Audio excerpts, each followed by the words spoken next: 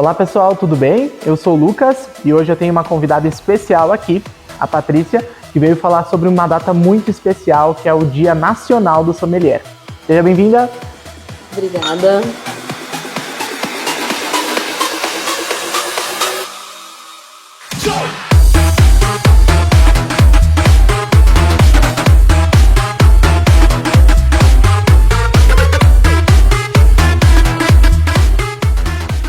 É um prazer estar aqui hoje, muito obrigada pelo convite.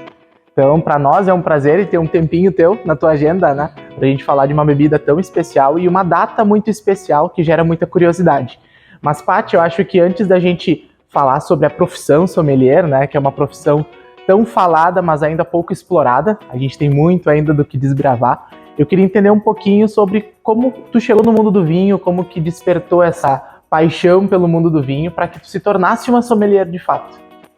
A história é um pouco longa porque eu fui indo de uma área para outra, então eu acabei começando a graduação em nutrição, finalizei ela, trabalhei um pouquinho de tempo aí com nutrição e depois já emendei numa especialização em branding, por isso que eu também trabalho com marketing hoje. E depois emendei, aí tudo junto, antes de terminar eu já ia fazendo outra formação, nunca parei de estudar, né? E aí depois emendei o mestrado em turismo e hospitalidade, fazendo pesquisas na área de gastronomia e gastronomia sustentável dentro do setor de alimentos e bebidas em hotelaria. E isso me fez enxergar alimentos e bebidas de outra forma, não só a parte da nutrição de segurança de alimentos, mas também a parte da hospitalidade, do prazer alimentar. Do o lifestyle, né? Isso é muito legal. E, Paty, na verdade, falando que hoje tu tem uma atuação muito importante na ABS Rio Grande do Sul, né? Associação Brasileira de Sommelier, na qual eu também sou formado, então eu garanto que o curso vale super a pena, é muito legal a quantidade de assuntos que são abordados, a qualidade dos vinhos que são degustados, né? E hoje, como sommelier, qual é a principal função de um sommelier no mercado de vinhos de uma maneira geral? Então, o sommelier, na verdade, ele é um profissional bem versátil, né? Porque a gente acabava pensando antigamente no sommelier só como aquela pessoa que vai fazer o serviço no salão, mas vai muito além disso. Então a gente vê a quantidade de pessoas trabalhando no comercial de uma vinícola, trabalhando não só no receptivo, mas na área comercial. Então essa até é uma parte assim que a gente acaba focando um pouco, e acho que no mercado como um todo a gente foca até pouco na venda, no processo de venda, porque no final das contas o sommelier é um vendedor, seja ele no salão, né, no qual ele está oferecendo o vinho, está vendendo, está demonstrando aquele produto, fazendo o serviço para enaltecer aquele momento do cliente. Exato. Como também trabalhando numa vinícola, fazendo degustação ou trabalhando no comercial. Enfim, a gente vê diversas possibilidades. Hoje em dia, boa parte dos nossos alunos, na verdade, nem viram sommeliers. A formação deles é de sommelier profissional, mas eles não viram sommelier profissionais no dia a dia, né? Eles acabam não trabalhando com isso, fazem por lazer e às vezes abrem uma loja online, depois começam a empreender, então os perfis são bem diversos. Eu gosto de falar sempre que quem começa a entender mais o mundo do vinho é picado, né, por essa formiguinha que sempre faz com que a gente tente desbravar mais. Então quem gosta de vinho é um eterno curioso, né? E é importante isso que tu falou, muito da parte de comercialização dos produtos, na parte de performance do profissional, porque o sommelier não é só a pessoa que está atendendo no salão de um restaurante. Hoje o sommelier ele pode atuar de uma maneira muito ampla, de um fator decisório, até porque o mundo do vinho é um negócio, né? E um negócio que sustenta muitas famílias, seja aqui no Brasil ou seja mundo afora, né? E falando em mundo afora, aqui no Brasil, né, a gente tem um Dia Nacional do Sommelier, que é 29 de agosto, né? Mas também nós temos um Dia Internacional do Sommelier. Então eu queria que tu falasse dessas datas, né, que é dia 13 de junho, e o porquê que em alguns lugares se comemora com mais ênfase uma data ou outra. É importante a gente saber. Claro.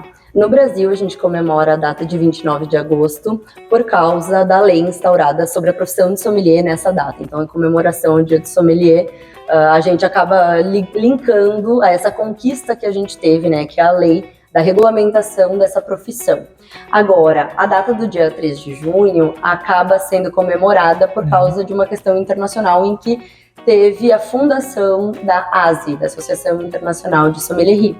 E nós, como a BSRS, principalmente como Associação Brasileira de Sommeliers, nós somos filiados à ASE. Então, para nós, a principal data do sommelier é essa data internacional.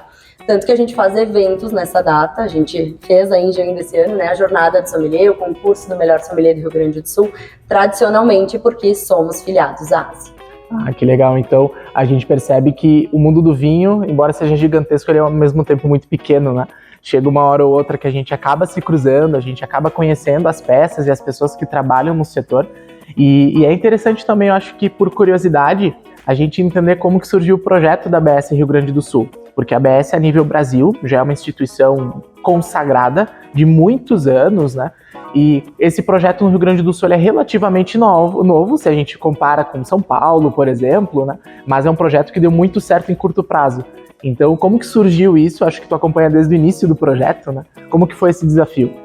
Eu não fui uma das fundadoras, mas teve primeiro um período em que um certo grupo fundou a associação no Rio Grande do Sul, mas ele acabou não tendo ações. Então ele foi fundado, mas ainda não tinha tido muitas ações.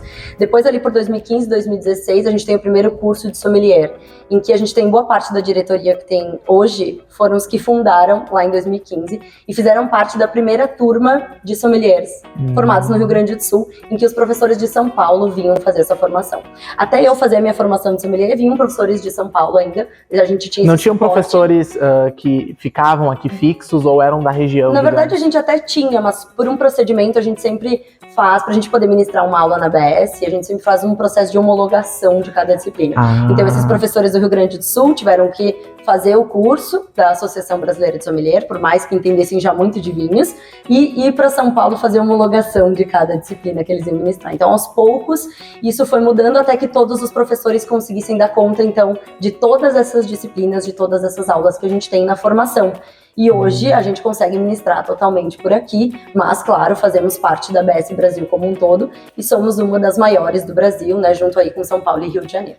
Uau, gente, realmente é um projeto muito lindo e muito bem pensado, né? Eu acho que realmente é um projeto conduzido por muitos profissionais que já são referência no mercado, né? E uma coisa muito legal é que, por exemplo, muitas pessoas perguntam, inclusive para mim, porque eu tenho a formação de enólogo, né? E muitos perguntaram, tu vai fazer o curso de sommelier? Eu digo, sim, porque quando a gente trabalha com enologia, a gente trabalha muito com a parte química, bioquímica, microbiológica, agronômica, não que a gente não veja isso de uma maneira um pouco mais superficial no curso de sommelier, mas durante o curso de enologia nos falta muito uma base de mundo, de mercado, de tendências, de inovação. Então, para quem, por exemplo, já tem um vínculo com o mundo do vinho, vale muito a pena, então, fazer o curso, porque te traz essa bagagem, sabe? E geralmente, para te falar de vinho, tu tá falando de algo que é globalizado e que muda muito rápido. Embora o mundo do vinho seja extremamente tradicional, a gente percebe que ele muda muito, né? E está em constante inovação. E agora, falando de inovação, tu acha que tem alguma tendência, algum perfil de vinho que está mais na moda agora? Tu tem percebido, aquela uva está se destacando, aquele país está crescendo? O que o pessoal que trabalha contigo, ou são os teus clientes, eles têm te falado ou têm te perguntado sobre? Eu acho que o vinho brasileiro é uma tendência no Brasil, né, claramente. Principalmente novas regiões, porque antes a gente era muito pautado em Serra Gaúcha, não que a gente não tenha novidades e ótimos vinhos por aqui, temos, mas o pessoal, tô vendo, pelo menos quem já entende um pouco de vinho, tá começando a se direcionar lá pra Serra da Mantiqueira, Nordeste do Brasil, para descobrir as pérolas. Isso aí, vinhos diferentes, né, projetos diferentes, Chapada Diamantina, enfim, Rio de Janeiro. E aí a gente vê que é uma tendência desses vinhos diferentões. Quando a gente está falando de mundo, a gente, claro, cada país vai ter uma tendência um pouco diferente. No geral, em mercado, quando a gente fala em vinhos, há uma tendência mundial de vinhos menos alcoólicos, tá? Então, pensando mais no foco de saúde. E também em trends, assim, quando a gente está falando de alguma trend na Europa, por exemplo, vinhos vulcânicos é uma tendência, assim, é um assunto bem alta, assim como espumantes ingleses, que não que eles produzem há tão pouco tempo, mas que começam a ter um destaque maior desses produtos, querendo ali, né, fazer mais ou menos o que Champagne faz agora na Inglaterra. Então, acho que só 350 anos depois, mas tá tudo certo. E falando sobre espumante, né, a gente tá falando agora da Ponto Nero, que é uma marca que somente elabora espumantes, então é uma vinícola especializada nesse método, o Charmat, e nesse estilo de bebida. Hoje, como tu vê o vinho espumante brasileiro tanto no mercado nacional quanto no mercado lá fora, quando tu vai participar de um curso, uma viagem técnica, uma feira, como que é a percepção do consumidor para o espumante nacional? Não somente Ponto Nero, mas as marcas também que compõem o nosso portfólio. Então, o espumante brasileiro, ele tem essa exposição e tem uma parte boa e ruim, né? A boa é que a gente consegue um destaque do tipo, internacionalmente, as pessoas dizem, não, lá no Brasil, por mais pouco conhecidos que somos, mas o pessoal consegue pensar, linkar, né? Espumante brasileiro tem qualidade, então Brasil espumantes. Mas a parte ruim disso é que a gente tem muitos produtos além do espumante. E aí acaba que somos conhecidos só pelo espumante. Mas a gente tem que começar a ter uma identidade para começar a ser conhecido. Então, acho que o espumante faz todo sentido e que ajuda muito a gente nesse processo. E são produtos que a gente já sabe, que é consolidado, que a gente consegue uma ótima qualidade. Exato. Então, além disso, estamos com uma denominação de origem agora exclusiva para espumantes. Exatamente. No Novo Mundo, é a primeira e única, né? Então, acho que isso também ajuda a nos destacar ainda mais em mercado internacional. Gente, essa relação do espumante, né, para a gente colocar o produto para fora do Brasil, né, a Ponto Nero está começando agora o processo de exportação.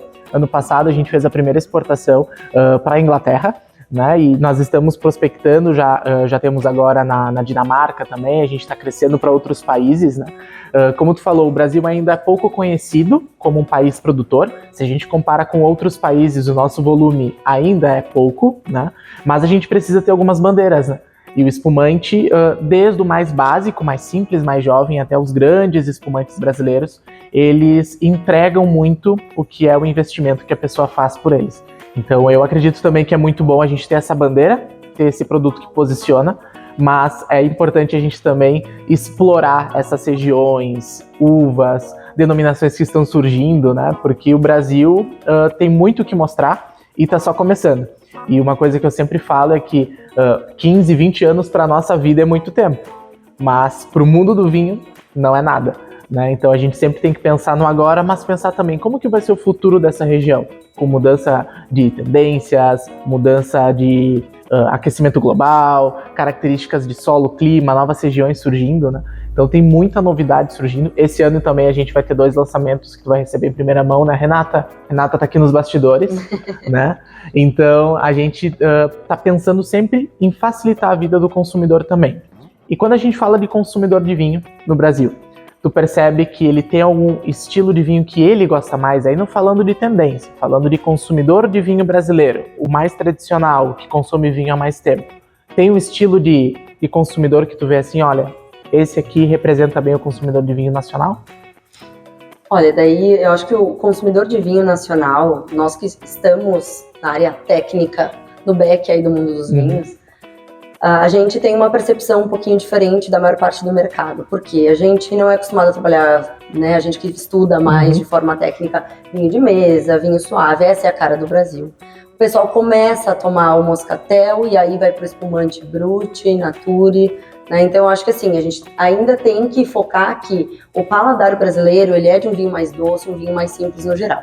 Mas, como tu me comentou desse consumidor mais tradicional, mais clássico, vamos dizer assim, aquela pessoa que já consome vinhos importados, que já tem um breve conhecimento de vinhos. Já tem uma litragem, né? Isso aí. Ele procura muito por vinhos premium brasileiros. Então, às vezes no hotel, por exemplo, eu sei que eu tenho que ter na minha carta uns 3, 4 vinhos, pelo menos, de um padrão superior.